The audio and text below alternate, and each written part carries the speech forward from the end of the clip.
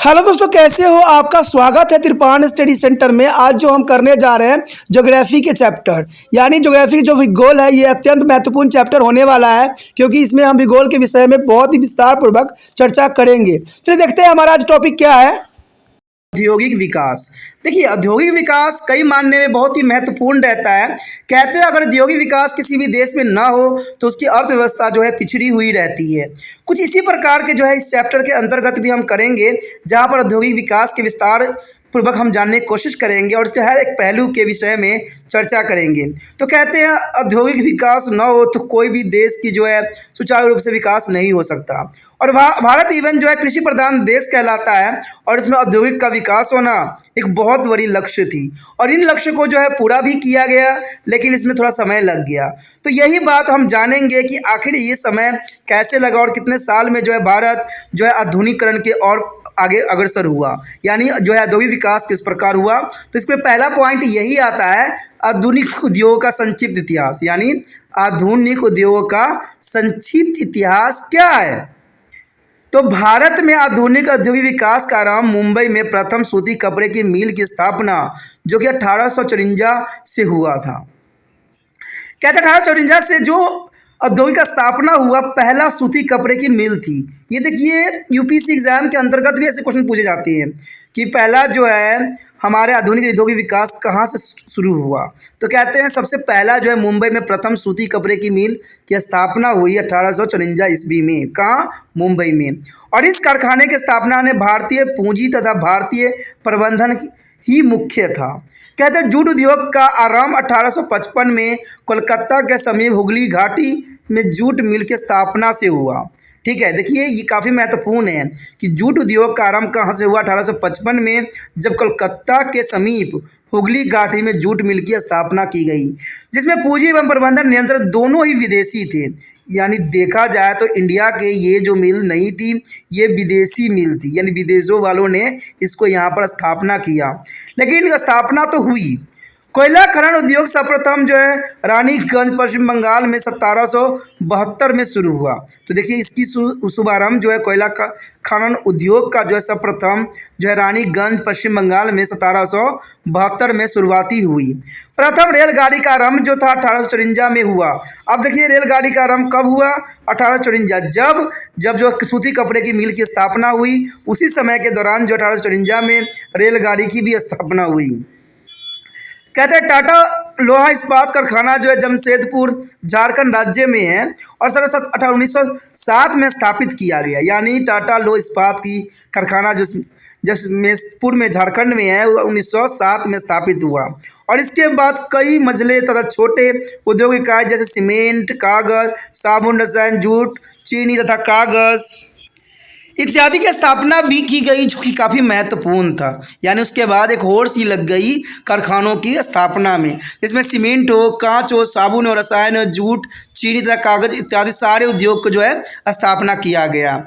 स्वतंत्रता पूर्व औद्योगिक उत्पादन न तो पर्याप्त थे और न ही उसमें विभिन्नता थी, क्योंकि आपको पता है स्वतंत्रता के जो है पूर्व और स्वतंत्रता के बाद कहते हैं भारत में कुछ भी नहीं था। कहते हैं भारत को बिल्कुल खोखला सा हो गया था और इसमें बहुत ही जो है समस्याओं का सामना करना पड़ गया। स्वतंत्रता प्राप्ति के समय भारत की अर्थव्यवस्था अविकसित थी, बिल्कुल ही अविकसित थी, जहाँ पर बहुत ही बुरी कंडीशन में थी, जिसमें कृषि का योगदान भारत के सकल घरेलू उत्पाद का 60% से अधिक था। यानी देखा जाए तो कृषि इस समय प्राथमिक थी और 60% से अधिक जो है अपना जीडीपी में योगदान दे रही थी। देश के अधिकांश न्याय से आय कृषि से ही थी। यानी देखा जाए तो जो भी हमें मिलती थी वो कृषि से ही प्राप्त होती थी, हमारे पास कोई भी उद्योग अच्छा नहीं था। स्वतंत्रता के 60 वर्ष के बाद भारत ने अब अग्रणी आर्थिक शक्ति बनने के संकेत दिए हैं। अब देखा जाए तो भारत कुछ जो है आगे बढ़ के दिखाया है और जो है पूरे संसार में अपने आप को आगे स्थापित भी करने के लिए अग्रसर हुआ है। भारत में औद्योगिक विकास के 2 चरणों में विभक्त किया जा सकता है। भारत के अगर प्रथम चरण की बात करें तो कहते हैं 1947 से 80 के दौरान लिया जाता है। यानी 1947 से 80 के जो समय काल थी वो प्रथम दौर थी, जहां पर जो है इसको विकास के दौर को रूप में देखा गया। कहते हैं इसके दौरान सरकार ने क्रमिक रूप से अपना नियंत्रण विभिन्न आर्थिक क्षेत्रों पर बढ़ा दिया। यानी जो है 1947 से 80 के दौरान सरकार ने बहुत ही नियंत्रण किया और आर्थिक क्षेत्र पे जो है अपनी कर्मियों को बढ़ा दिया। द्वितीय चरण जो था 1980 से 97 में विभिन्न उपायों द्वारा जो है 1980 से 92 के बीच में जो है अर्थव्यवस्था में उदारीकरण लाया गया। कहते उदारीकरण लाने से काफ़ी कुछ बदलाव आया। और उदारीकरण का अर्थ आप जानते ही होंगे कि जो उदारीकरण है, जो व्यापार होता है उसमें छूट दे देना, टैक्सों पे छूट देना, यही उसके उदारीकरण कहलाता है। यानी बहुत चीज़ों को जो है सरकार ने फ्री कर दिया, बहुत सारे कंपनियों को भारत में आमंत्रित किया, उदारीकरण की नीति अपनाई, जिसके कारण जो है काफ़ी जो है अर्थव्यवस्था आगे पटरी पे आ खड़ी हुई। इन उपायों का उदारीकरण तत्कालिक एवं अस्थायी रूप से ये किया गया था। अंततः 1992 के पश्चात उदारीकरण की प्रक्रिया पर जोर दिया गया तथा उपगामों की प्रकृति में मौलिक विभिन्नता भी लाई गई। तो कहते हैं सरकार की इस नीति ने जो है बहुत से कंपनियों को जो है भारत की तरफ देखने पे मजबूर कर दिया और भारत की संपदाओं की तरफ जो है काफ़ी आकर्षित भी किया, और इस प्रकार जो है भारत कुछ डेवलपमेंट की राह पे चल पड़ा। स्वतंत्रता के पश्चात भारत में व्यवस्थित रूप से विभिन्न पंचवर्षीय योजना के अंतर्गत औद्योगिक योजनाओं के जो है समाहित करते हुए कार्यान्वित किया गया और परिणाम स्वरूप बड़ी संख्या में भारी और मध्यम प्रकार की औद्योगिक इकाइयों की स्थापना भी की गई, जो कि काफ़ी महत्वपूर्ण थी। देश के औद्योगिक विकास नीति में अधिक ध्यान देश में व्याप्त क्षेत्रीय असमानता एवं असंतुलन को हटाने में केंद्रित किया गया था और विविधता को भी स्थान दिया गया था। ये बहुत काफ़ी महत्वपूर्ण था कि देश के औद्योगिक विकास नीतियों में अधिक ध्यान देना जरूरी था और जो असमानता एवं असंतुलित थी उसको हटाने में केंद्र ने बहुत ही महत्वपूर्ण योगदान दिया।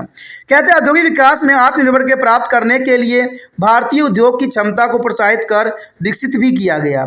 यानी आत्मनिर्भर बनने के लिए भारतीय लोगों को काफ़ी जो है प्रोत्साहित किया गया और जो है विकसित राष्ट्र बनाने में काफ़ी महत्वपूर्ण योगदान दिया। इन्हीं सब प्रयासों के कारण भारत आज जो है विनिर्माण के क्षेत्र में विकास कर पाया है और आज हम बहुत सी औद्योगिक वस्तुओं का निर्यात विभिन्न देशों को करते हैं, जो कि बहुत बड़ी अचीवमेंट है। कहते हैं अगर हम यही अचीवमेंट हासिल आने वाला समय में और भी बढ़ा दें तो हो सकता है कि भारत जो है प्रथम नंबर पे आ जाए औद्योगिक विकास में। लेकिन कहते हैं ये बहुत ही दुष्कर्म कार्य है, लेकिन होना कोई बड़ी बात नहीं है।